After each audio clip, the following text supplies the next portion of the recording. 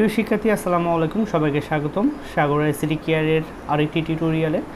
আজকে আমরা যেই অংশটি নিয়ে কথা বলবো সেটি হচ্ছে এইচএসসি আইসিটি চ্যাপ্টার 4 HTML ও ওয়েব ডিজাইন অধ্যায়ের HTML কোডিং সম্পর্কিত।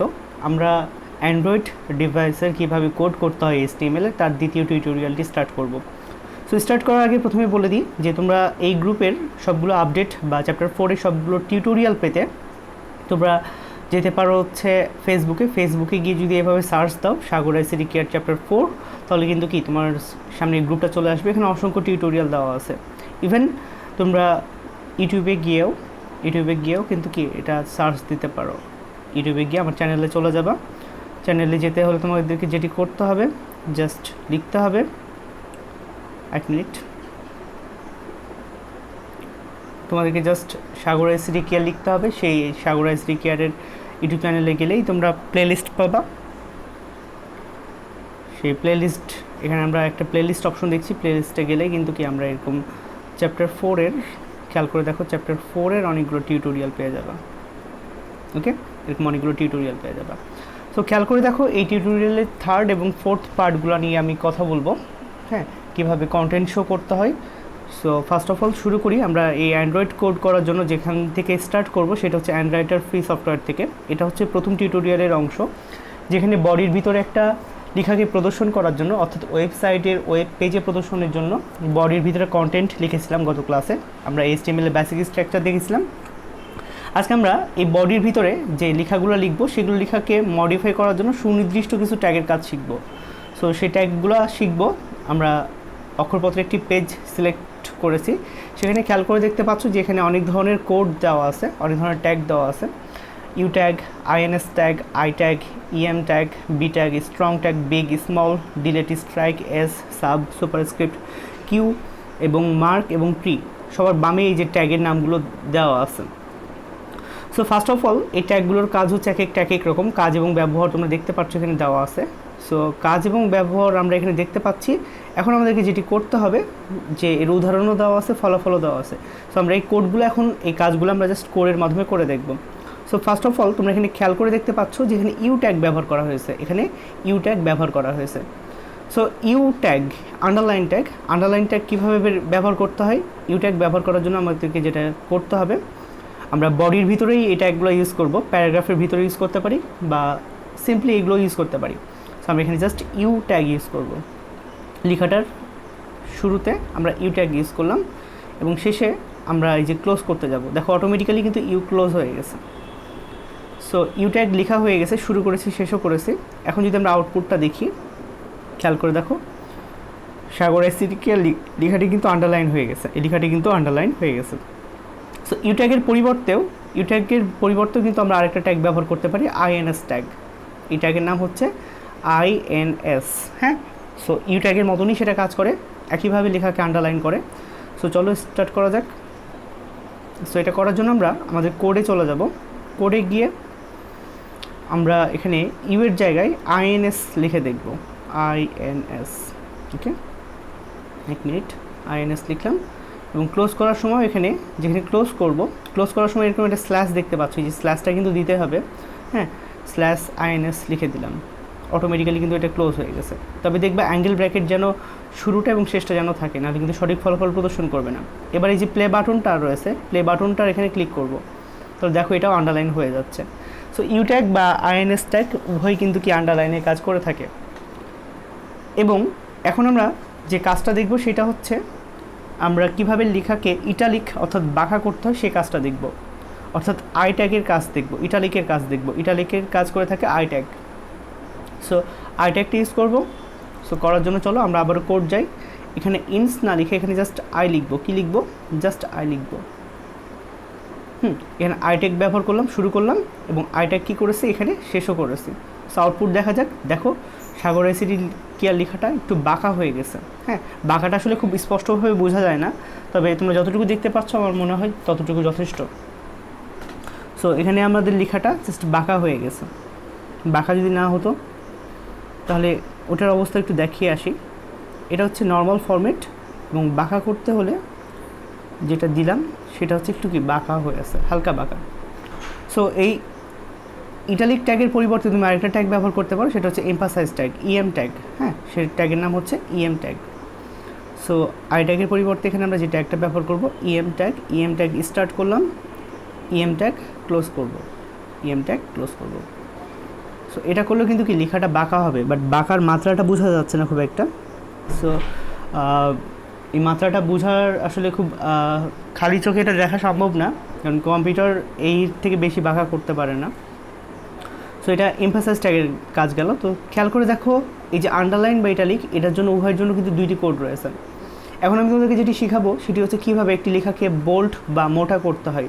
বোল্টের জন্য বি ট্যাগ ইউজ করা হয়। তোমরা মাইক্রোসফট ওয়ার্ডে একটি লেখাকে মোটা করার জন্য বোল্ট অপশনটা ব্যবহার করে থাকো। সো এই বোল্ট অপশনটা যদি নিয়ে আসতে হয়, দেখো আমরা মাইক্রোসফট ওয়ার্ডে গেলে কী হয়, বোল্ট অপশনে ক্লিক করলে সেটা মোটা হয়ে যায়। বাট সেই অপশনটা ক্রিয়েট করার জন্য যেটা সাহায্য নিতে হয় সেটা হচ্ছে HTML, অর্থাৎ ওয়েবসাইটের ওয়েব ডিজাইন করার জন্য যে কন্টেন্টগুলো লিখতে হয় কোড দ্বারা, বা যে কন্টেন্টের কাজগুলো করাতে হয় সেগুলোর কাজ হয়ে থাকে এই কোডগুলো দ্বারা বা এই ট্যাগগুলো দ্বারা। সো বোল্টের জন্য বি ট্যাগ ইউজ করলাম, একইভাবে বি ট্যাগটা ক্লোজ করে ফেলবো। বি ট্যাগটা ক্লোজ করলে দেখো লেখাটা মোটা হয়ে গেছে। তোমরা নিশ্চয়ই পার্থক্যটা দেখতে পাচ্ছ, লেখাটা কী হয়ে গেছে, মোটা হয়ে গেছে। ওকে, এবং বোল্ড ট্যাগের পরিবর্তে আরও একটা ট্যাগ ব্যবহার করা যায়। এখানে তোমরা দেখতে পারবা স্ট্রং ট্যাগ ব্যবহার করতে পারি। কী ব্যবহার করতে পারি? স্ট্রং। Strong, STRONG, strong. আমরা স্ট্রং ট্যাগ দিয়ে স্টার্ট করব, স্ট্রং ট্যাগ দিয়ে শেষ করব। দেখো একইভাবে কিন্তু কি লেখাটা মোটা আসছে। সো বোল্ড ট্যাগ বা স্ট্রং ট্যাগও ব্যবহার করতে পারি। এবার চলো আমরা আরেকটা ট্যাগের কথা এখানে বলা হয়েছে। স্ট্রংয়ের নিচে বাম সাইডে দেখো বিগ লেখা আছে, মানে লেখাকে একটু বড় করে দেখানোর জন্য বিগ ব্যবহার করা হয়। তো চলো আমরা এখন স্ট্রং বা বোল্টের জায়গায় বিগ লিখি, তাহলে দেখা যাক পার্থক্য কতটুকু চোখে পড়ে। সো আমরা এখন বিগ লিখছি এবং বিগটা ক্লোজ করে দিব, এবং প্লে বাটনের মতন যে অংশটা লেখা আছে এখানে ফার্স্ট টিউটোরিয়াল লেখাটা দেখতে পাচ্ছ, .html লেখা আছে, এখানে ক্লিক করলেই ব্যাস এই লেখাটা কিন্তু কি একটু বড় আকারে প্রদর্শন করছে, একটু বড় আকারে প্রদর্শন করছে। আমি একটা অক্ষর কেটে দিই তাহলে বুঝতে পারবা। দেখো লেখাটা যেরকম মাত্রায় প্রদর্শিত হবার কথা একটু কি বড়ই প্রদর্শন করছে।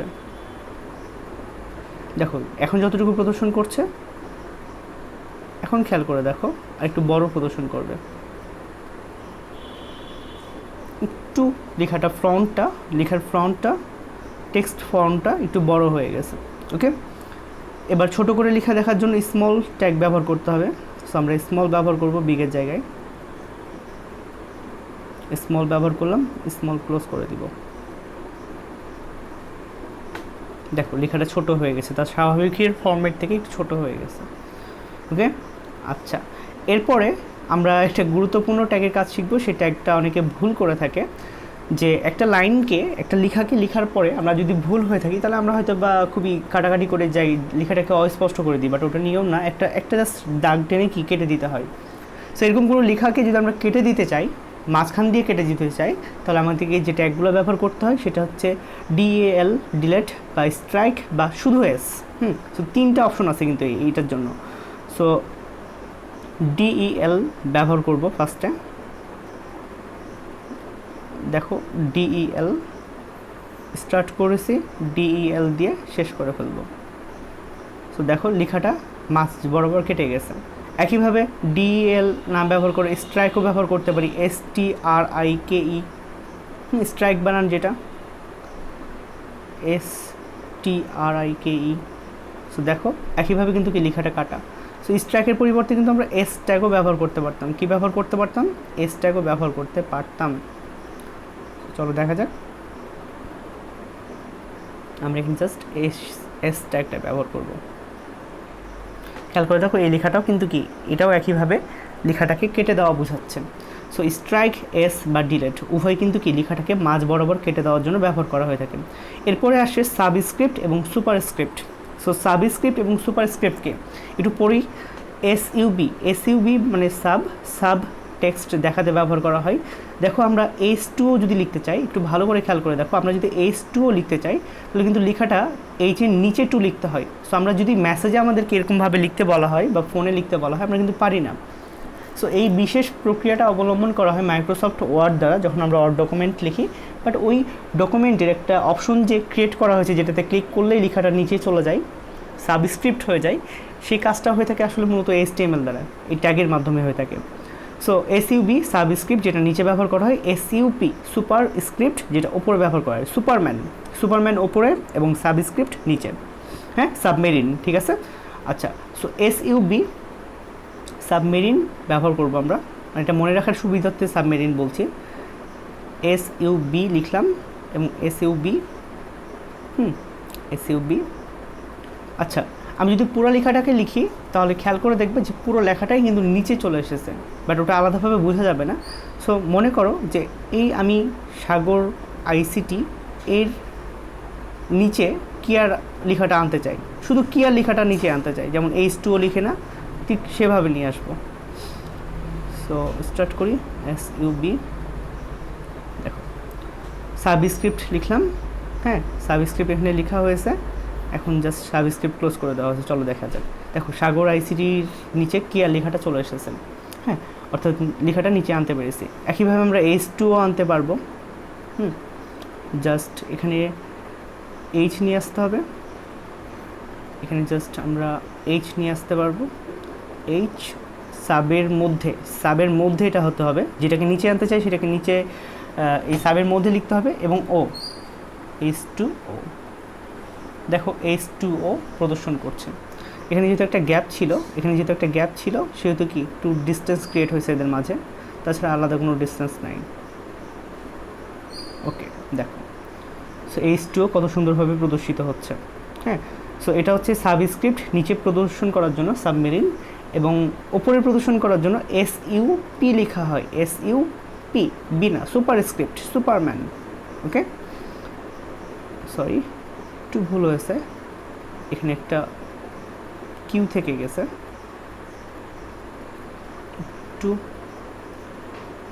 একটু ভুল হলেই কিন্তু কোডটা ঠিক মতন প্রদর্শন করে না। দেখো H2O প্রদর্শন হচ্ছে, সুপারস্ক্রিপ্ট ব্যবহার করাতে H2O প্রদর্শন হচ্ছে। তুমি যদি চাও a+b² লিখতে চাও তাহলে ব্র্যাকেট দিয়ে স্টার্ট করবা, তারপরে ব্র্যাকেটের জন্য আলাদা কোনো কমান্ড লেখা দরকার নেই, a+b² এর ওপরে হোল স্কোয়ার নিয়ে যাবা, মানে ওপরে পাওয়ার নিয়ে যাবা, মানে সুপারম্যান লাগবে তোমার। সো এই জন্য যেটা ব্যবহার করবা, সুপারস্ক্রিপ্ট ট্যাগটা ব্যবহার করবা, এবং 2 নিয়ে যেতে চাইলে 2, 3 নিয়ে যেতে চাইলে 3, এটা সুপারস্ক্রিপ্টের মধ্যে লিখলেই জাস্ট হয়ে যাবে। এটা সুপারস্ক্রিপ্টের মধ্যে লিখে ফেললাম, এখন দেখো রান করো, দেখো a+b² হয়ে যাচ্ছে, হ্যাঁ। সো এভাবে আমরা সাবস্ক্রিপ্ট বা সুপারস্ক্রিপ্টের কাজটা করতে পারি। সো এবার তোমাদেরকে একটু ভিন্ন 3টি ট্যাগ শেখাবো। একটি দেখতে পাচ্ছ কোয়াটেশন ট্যাগ, কিউ ট্যাগ, কোয়াটেশন ট্যাগ বলা হয় এটাকে আসলে।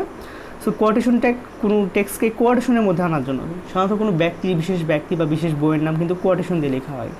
তো চলো আমরা কোডে যাব, কোডে গিয়ে আমরা কোনো লেখাকে ফর এক্সাম্পল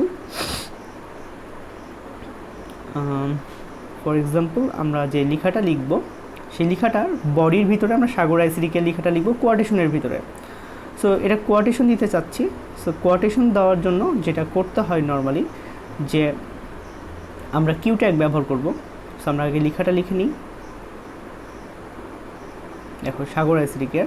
সো কোয়াটেশন আনার জন্য কিউ ট্যাগ ব্যবহার করব, এবং একটা পর্যায়ে কিউ ট্যাগটা এখানে কি শেষও করে দিব। ব্যাস, কিউ ট্যাগ স্টার্ট করেছি, কিউ ট্যাগ শেষও করেছি। দেখো আউটপুট কিন্তু সাগর আইসিটিকে লেখাটা কোয়াটেশনের মধ্যে চলে এসেছে। সো কোয়াটেশনে আনার জন্য এটা ব্যবহার করব। এরপরে আরেকটা ট্যাগ দেখাবো, যেটা হচ্ছে মার্ক ট্যাগ। মার্ক বলতে একটা লেখাকে হলুদ রং, আমরা মার্কার দেখেছি, তোমরা হাইলাইটার দেখেছে। হাইলাইটারে যেটা করা হয় যে কোনো লেখাকে হাইলাইট করার জন্য আমরা হলুদ কালার, আসলে হাইলাইটার বর্তমানে অনেক ধরনের আছে, বাট এই যে ট্যাগটা রয়েছে ট্যাগে জাস্ট হলুদ কালারের হাইলাইটারটাই ব্যবহার করা যাবে। এর জন্য যেটা ব্যবহার করতে হবে, মার্ক ট্যাগ ব্যবহার করতে হবে। মার্ক দিয়ে স্টার্ট করেছি, মার্ক দিয়ে শেষ করেছি। সো আমরা আউটপুট দেখি যে লেখাটা কিন্তু হাইলাইট হচ্ছে। হ্যাঁ, তুমি যদি চাও হলুদ বাদে অন্য কোনো রং দিয়ে প্রদর্শন করতে তাহলে কিন্তু হবে না, হাইলাইটার জাস্ট হলুদই হয়। ওকে, এরপরে তোমাদেরকে একটা বিশেষ কাজের শেখানো হবে, সেখানে প্রি ট্যাগ ব্যবহার করা হয়েছে। সো প্রি ট্যাগের আগে আমি তোমাদেরকে এই অংশটুকুর বাইরে একটা ট্যাগ শেখাবো, সেই ট্যাগের নাম হচ্ছে ব্রেক ট্যাগ। ফর এক্সাম্পল দেখো সাগর আইসিটি কেয়ার লেখাটা একই লাইনে প্রদর্শিত হচ্ছে। সো আমি যদি চাই যে লেখাটা আলাদা আলাদা লাইনে প্রদর্শিত হোক, আমি যদি চাই লেখাটা আলাদা আলাদা লাইনে প্রদর্শিত হোক, তাহলে কি আমাকে প্রত্যেকটা লাইনকে আলাদা আলাদাভাবে লিখলেই হয়ে যাবে? দেখো তো, আমি এভাবে লিখেছি সাগর আইসিটি কেয়ার 3টা আলাদা আলাদা লাইনে লিখেছি। সো লেখার পরে আমি যদি এটা আউটপুট দেখি, আউটপুট কিন্তু একই লাইনে প্রদর্শন করছে, তাহলে অবশ্যই কোথাও সমস্যা আছে। তো সমস্যাটা হচ্ছে এখানেই যে আমরা বডির ভিতরে যাই লিখি না কেন, সেটা যদি আলাদা কোনো ট্যাগ ব্যবহার করা না হয়ে থাকে, স্পেসিফিক একটা ট্যাগ আছে যেটা ব্রেক ট্যাগ বলা হয়, সেই ট্যাগটা যদি ব্যবহার করা না হয়ে থাকে, আউটপুট দেখলে কিন্তু সবগুলো একই লাইনে প্রদর্শিত হবে। সো এটার জন্য যেটা করতে হবে, এক লাইন নিচে আনার জন্য, সাপোজ আমরা সাগরের নিচে এক লাইন নিচে আইসিটির এক লাইন নিচে কেয়ার লেখাটা নিতে চাচ্ছি, সেহেতু সাগর লেখাটার পরে বা আইসিটির পূর্বে, সাগরের পরে বা আইসিটির পূর্বে আমাকে যে ট্যাগটা ব্যবহার করতে হবে সেটা হচ্ছে কি ব্রেক ট্যাগ। কী ট্যাগ? Break tag. তো তোমাদের প্রত্যেকটি ট্যাগ দেখিয়েছি, প্রত্যেকটা ট্যাগেরই কিন্তু ওপেনিং ট্যাগ এবং ক্লোজিং ট্যাগ দেখিয়েছি। কিন্তু 3 ধরনের ট্যাগ রয়েছে, ব্রেক ট্যাগ, এইচআর ট্যাগ এবং ইমেজ ট্যাগ। এগুলো কিন্তু এখানে সবগুলো লাগবে না, আমি জাস্ট বর্ণনা করার ক্ষেত্রে এটা লিখে বোঝাচ্ছি তোমাদেরকে। ব্রেক ট্যাগ, এইচআর ট্যাগ এবং ইমেজ ট্যাগ, এই 3টা ট্যাগের কিন্তু কি ক্লোজিং ট্যাগ নাই, অর্থাৎ এরা এমটি ট্যাগ। এদের ভিতরে কন্টেন্ট থাকে না, যেমন বডির ভিতরে কন্টেন্ট আছে, দেখতে পাচ্ছ এই যে বডির ভিতরে কন্টেন্ট আছে, কিন্তু এই ব্রেক ট্যাগের ভিতরে কোনো কন্টেন্ট নাই, এটা জাস্ট ওপেনিং ট্যাগই ব্যবহার করা হয় বা শুধু ক্লোজিং ব্যবহার করা হয়। হ্যাঁ, সো ক্লোজিংয়ের আবার হচ্ছে একটা পার্ট রয়েছে, সেটা ক্লোজিং করার ক্ষেত্রে সবার শেষে স্ল্যাশ দেওয়া হয়, সবার শেষে স্ল্যাশ দেয়। ওকে, তাহলে দেখো এভাবে সাগর আইসিটি কেয়ার লেখাটা এক লাইন নিচে চলে আসলো। সো আমরা ব্রেক ট্যাগ ইউজ করতে পারি, বিআর ট্যাগ। ঠিক আছে, এটা এই ব্রেক ট্যাগটা আমরা যদি আইসিটির আগেও লিখতাম তাও কিন্তু কি একই ফলাফল প্রদর্শন করতো। দেখো এক লাইন প্রদর্শন, আইসিটির নিচে কেয়ার লেখাটা প্রদর্শনের জন্য আইসিটির পরে ব্রেক ট্যাগটা ইউজ করলে হতো, বা কেয়ারের আগে ব্যবহার করলে হতো, ব্রেক ট্যাগ ইউজ করলাম, ব্যাস দেখো এক লাইন নিচে প্রদর্শন করছে। ওকে, সো সাগর আইসিটি কেয়ার লেখাটা এক লাইন নিচে প্রদর্শন করছে, আশা করি দেখতে পাচ্ছ। তো খেয়াল করে দেখো, এভাবে বারবার ব্রেক ট্যাগ ব্যবহার করা বেশ কষ্টসাধ্য বিষয়। সো তুমি যদি চাও যে আমি লেখাটা যেভাবে লিখছি ঠিক সেভাবেই প্রদর্শন করা হোক, এই যেমন আমি একটু আগে তোমাদেরকে দেখাচ্ছিলাম সাগর আইসিটি কেয়ার এভাবে, তো তুমি এভাবে লিখেছো, তুমি বারবার ব্রেক ট্যাগ বা আলাদা ট্যাগগুলো ইউজ করতে চাচ্ছ না, তোমার কথা কি যেভাবে আমি লিখেছি সেভাবেই প্রদর্শিত হোক। সো সেটার জন্য তোমাকে যে ট্যাগটা ব্যবহার করতে হবে সেই ট্যাগের নাম হচ্ছে প্রি ট্যাগ। দেখো ওয়ার্ড প্রসেসরে যেভাবে টেক্সট লাইন ভেঙে ভেঙে সাজিয়ে লিখি, সেভাবে কোড লিখে এটা একটি অনুরূপভাবে প্রদর্শন করার জন্য প্রি ট্যাগ, সবার নিচের ট্যাগটি প্রি ট্যাগ ব্যবহার করা হয়। সো আমরা এখানে ব্যবহার করছি পিআরই ট্যাগ, প্রি ট্যাগ ব্যবহার করলাম, এবং বডির এই প্রি ট্যাগটা কিন্তু বডির মধ্যে হবে, সমস্ত কাজই কিন্তু আমরা বডির ভিতরে করছি এখন। হ্যাঁ, সো এখানে আমরা কি প্রি ট্যাগটা ক্লোজ করে দিব, জাস্ট প্রি ট্যাগটা কী করে দিলাম, ক্লোজ করে দিলাম। হ্যাঁ, তাহলে বডির ভিতরে আমরা এই যে প্রি ট্যাগটা যে ছিল সেটা কি লিখে ফেলেছি, দেখতে পাচ্ছ এখানে লিখে ফেলেছি বডির ভিতরে। ওকে, এখন দেখি আউটপুট দেখি। দেখো যেভাবে আমি লিখেছি এখানে ব্রেক ট্যাগ ব্যবহার না করার ফলেও কিন্তু কি আউটপুটটা ঠিক সেভাবেই প্রদর্শন করছে। আমরা যদি চাইতাম যে আইসিটি লেখাটা একটু ডানে থাকবে, এক মিনিট, আমি যদি চাই আইসিটি লেখাটা একটু ডানে থাকবে, কেয়ার লেখাটা আর একটু ডানে থাকবে, তাও কিন্তু করা সম্ভব। এক মিনিট, দেখো ঠিক যেভাবে লিখেছি সেভাবেই প্রদর্শিত হচ্ছে। হ্যাঁ, সো এভাবে প্রি ট্যাগ ব্যবহার করে তোমরা কি কোনো কন্টেন্টকে খুব সুন্দরভাবে নিজের মতন করে সাজিয়ে ফেলতে পারো। ওকে, সো প্রি ট্যাগ শিখলাম, এবং আরও একটি ট্যাগ না শিখালেই নয়, যে ট্যাগটির নাম হচ্ছে এইচআর ট্যাগ। একটু আগে বললাম যে 3 ধরনের ট্যাগের ক্লোজিং ট্যাগ নাই, বিআর ট্যাগ এবং এইচআর বলতে, বিআর বলতে ব্রেক ট্যাগ এবং এইচআর বলতে হরিজেন্টাল রোল বোঝানো হয়ে থাকে। সো হরিজেন্টাল রোল, যেমন আমরা এইচআর ট্যাগ লিখলাম, এক মিনিট, এখানে আমরা এইচআর ট্যাগ লিখলাম, এখানে আমরা লিখছি হচ্ছে এইচআর ট্যাগ ক্লোজ করলাম, এইচআর ট্যাগ ওপেন করেছিলাম, ক্লোজ করলাম। সো যেমন আমরা ছোটোকাল থেকে কিন্তু অভ্যস্ত বিভিন্ন কিছু লিখে যে the rainy season of Bangladesh বা এরকম কিছু একটা।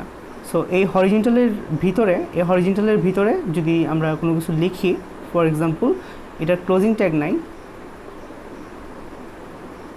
আমরা জাস্ট যদি লিখি the rainy season of Bangladesh, the rainy season, just rainy সিজনই লিখলাম, দেখো আউটপুট দেখো লেখাটার পরে কিন্তু কি এরকম একটা লাইন চলে এসেছে, একটা দাগ চলে এসেছে। হ্যাঁ, সো এটা কিন্তু এই এইচআর যে ট্যাগটা লিখলাম এটা কিন্তু বডির পরে, রেনি সিজনের পরে এবং আগে লিখলে পার্থক্য কী